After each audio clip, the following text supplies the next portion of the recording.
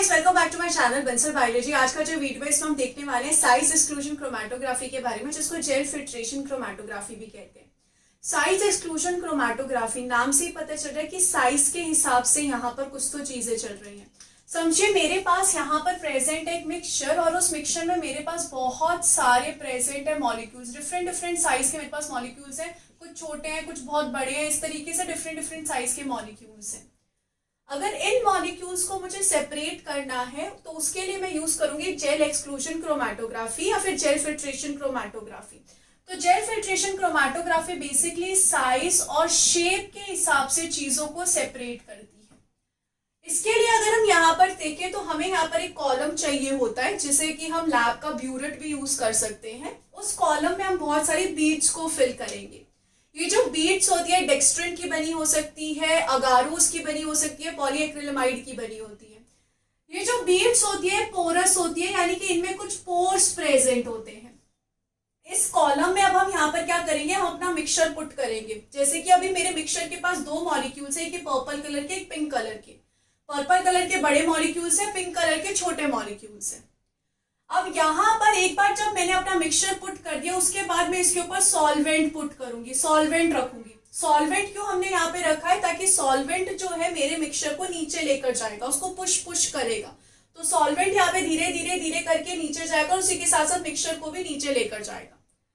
अब यहाँ पर जो पर्पल कलर वाले मॉलिक्यूल्स हैं उनका साइज बड़ा है। उनका साइज बड़े होने की वजह से वो बीड्स के अंदर नहीं जा पाएंगे, क्योंकि बीड्स के जो पोर है वो छोटे हैं। तो बड़े मॉलिक्यूल्स यहाँ पर बीड्स के अंदर जा ही नहीं पाएंगे पर्पल कलर वाले। तो वो यहाँ पर साइड साइड से ही मैक्सिमम जो है साइड से ही बाहर निकल आएंगे और बीड के अंदर एंटर नहीं करेंगे। तो सबसे पहले अगर मैं यहाँ पर इस तरीके से रन करूंगी तो सबसे पहले मुझे क्या मिलेगा, नीचे मुझे जो मेरी टेस्ट ट्यूब है उसमें मुझे लार्ज मॉलिक्यूल्स मिलेंगे। लार्ज मॉलिक्यूल्स मुझे क्यों मिलेंगे, क्योंकि उनका साइज बड़ा है इसलिए। फिर मैं जैसे जैसे जैसे इस प्रोसेस को आगे करती जाऊंगी तो यहाँ पर जो स्मॉल मॉलिक्यूल्स है वो कहाँ अटक चुके हैं, वो बीड्स में अटक चुके हैं। तो धीरे धीरे धीरे धीरे धीरे वो बीड्स से नीचे आएंगे नीचे आएंगे नीचे आएंगे और मुझे टेस्ट ट्यूब में मिलेंगे। यानी कि पहली जो टेस्ट ट्यूब्स होंगी उसमें मुझे लार्ज मॉलिक्यूल्स मिलेंगे और आगे की जैसे जैसे मैं टेस्ट ट्यूब्स में जाऊंगी उसमें मुझे स्मॉल मॉलिक्यूल्स मिलेंगे। तो इस तरीके से मैंने लार्ज और स्मॉल मॉलिक्यूल्स को सेपरेट कर दिया है जेल फिल्ट्रेशन क्रोमैटोग्राफी यूज करके। लार्ज मॉलिक्यूल्स जल्दी क्यों मिले, क्योंकि वो बीड्स के अंदर गए नहीं। अगर हम यहाँ पर देखें, इस कॉलम को देखें, तो इस कॉलम में ऐसी जगह जो कि बीड्स यूज कर रहे हैं उस जगह को हम क्या बोल सकते हैं, Vx बोल सकते हैं। Vx का मतलब क्या होता है, वॉल्यूम ऑफ बीड्स। बीड्स ने यहाँ पर कितना वॉल्यूम ले रखा है पूरे के पूरे ब्यूरेट में। इसके बाद यहाँ पर अगर हम देखें V0 क्या होता है, V0 होता है वॉल्यूम ऑफ वॉइड। वॉइड का मतलब क्या है, जो यहाँ पे जितनी भी खाली स्पेस है जहाँ पे बीड्स नहीं है उस जगह को हम बोल सकते हैं वॉल्यूम ऑफ वॉइड। दोनों को मिला के हम VT बोल सकते हैं। VT का मतलब क्या है कि टोटल यहाँ पर ये जो कॉलम है उसका वॉल्यूम कितना है, उसको हम VT बोल देते हैं। तो V0 मतलब वॉइड का वॉल्यूम, Vx मतलब बीड्स का वॉल्यूम और VT मतलब टोटल वॉल्यूम। उसी के साथ साथ यहाँ पर एक वैल्यू आती है जिसको हम बोलते हैं VE।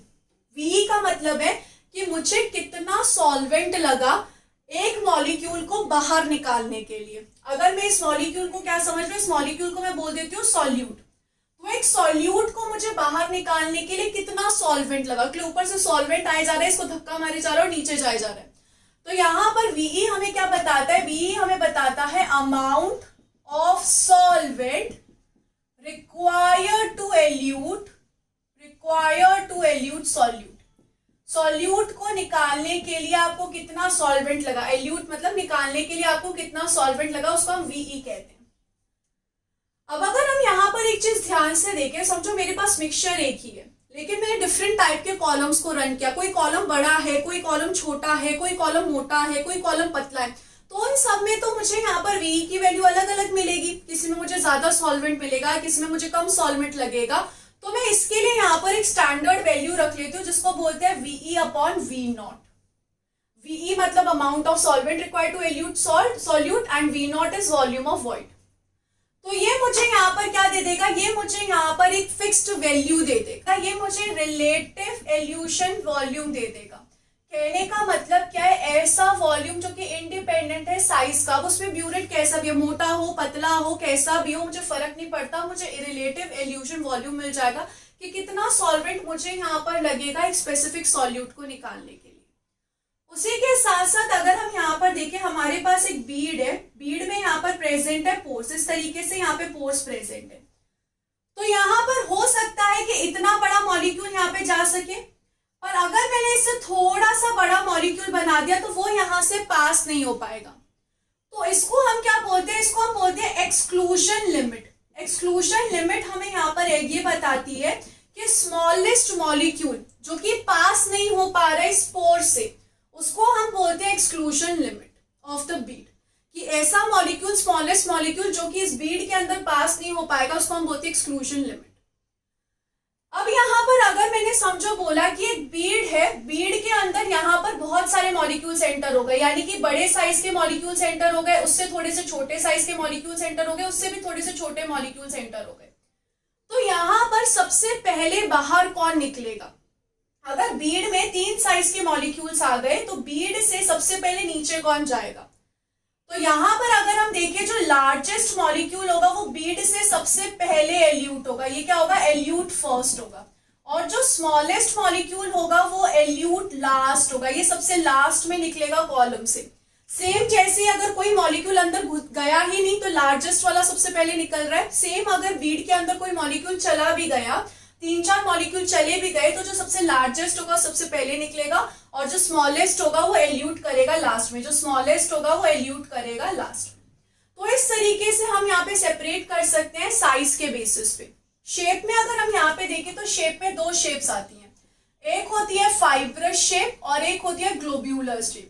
फाइब्रस शेप यानी का मतलब होता है धागा लाइक स्ट्रक्चर, और ग्लोब्यूलर का मतलब होता है गुच्छा लाइक स्ट्रक्चर। तो जो फाइब्रस स्ट्रक्चर है वो बीड्स में एंटर नहीं हो पाएगा, जिसकी वजह से ये पहले एल्यूट होगा। वहीं जो ग्लोब्यूलर स्ट्रक्चर है वो बीड्स में एंटर हो जाएगा, जिसकी वजह से ये क्या होगा? ये एल्यूट होगा लास्ट में। तो आप शेप के बेसिस पे भी कर सकते हो, साइज के बेसिस पे भी आप कर सकते हो।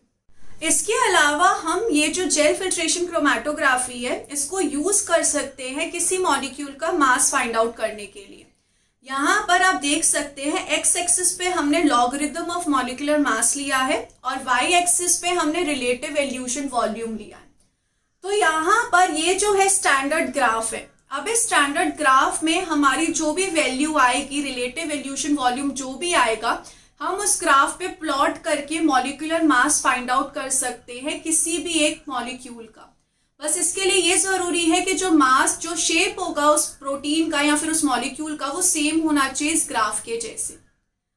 इसके अलावा यहाँ पर हम अगारोस को यूज करते हैं, डेक्स्ट्रिन को यूज करते हैं, पॉलीएक्रिलमाइड को यूज करते हैं बीड बनाने के लिए।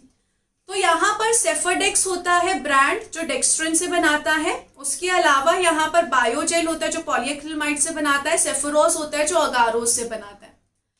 यहाँ पर अगर हम G10 में देखें तो आप रेंज देख सकते हो 0.05 से लेकर 0.7। ये हमें ये बताती है कि 0.7 जो है वो एक्सक्लूजन लिमिट है, यानी कि अगर कोई मॉलिक्यूल इससे बड़ा होगा तो वो बीड में एंटर नहीं कर पाएगा। और उसके अलावा 0.05 से लेकर 0.7 ये बताती है कि इसके बीच की अगर कोई रेंज होगी तो ये वाला जो बीड है बहुत अच्छे से उसको सेपरेट कर पाएगा। 0.7 से जितने भी बड़े मॉलिक्यूल होंगे कोई भी बीड में एंटर नहीं करेंगे, तो सारे के सारे मॉलिक्यूल्स एक साथ निकल जाएंगे बाहर। वहीं जो 0.05 से कम वाले साइज के होंगे तो वो बीड में अटक के ही रह जाएंगे।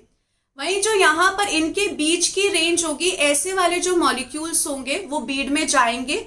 उनमें जो सबसे लार्जेस्ट होगा वो सबसे पहले निकलेगा, उससे स्मॉलेस्ट होगा उसके बाद में निकलेगा, उसके बाद में निकलेगा। तो इस तरीके से हम यहाँ पर सेपरेट कर सकते हैं डिफरेंट टाइप के बीड्स को यूज करके मॉलिक्यूल्स को। सो आई होप गाइस ये जो लेक्चर था आप लोगों के लिए हेल्पफुल रहा होगा। Do not forget to subscribe my channel and share this video with all your friends. Thank you so much guys, bye bye, take care.